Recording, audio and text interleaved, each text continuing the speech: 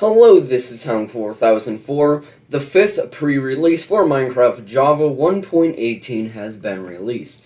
This has some pretty critical bug fixes, some texture changes, even some from the texture update that weren't updated, and that's pretty much it. It's a subtle update, but as we're coming to a really close end of 1.18 here on the 30th of November, there's not going to be many features, as it should be, just mainly bug fixes. So let's get started with some of the textures.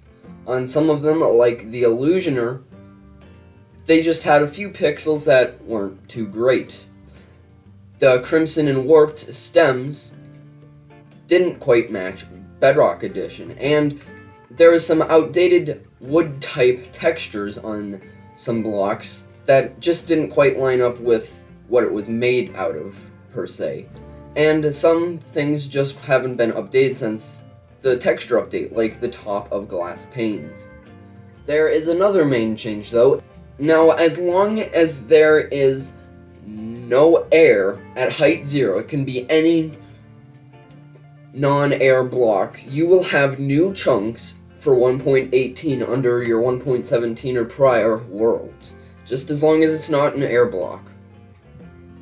Mobs didn't panic if they were on fire, but had no way of extinguishing themselves, but were technically above water. That has now been fixed.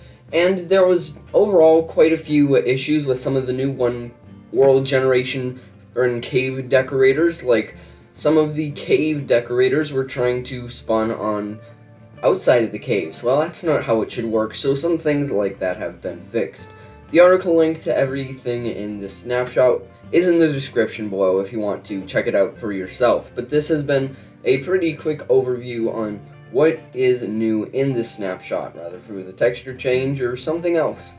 I hope this is helpful, and I hope you enjoyed, and for now, this is Hound 4004 saying goodbye.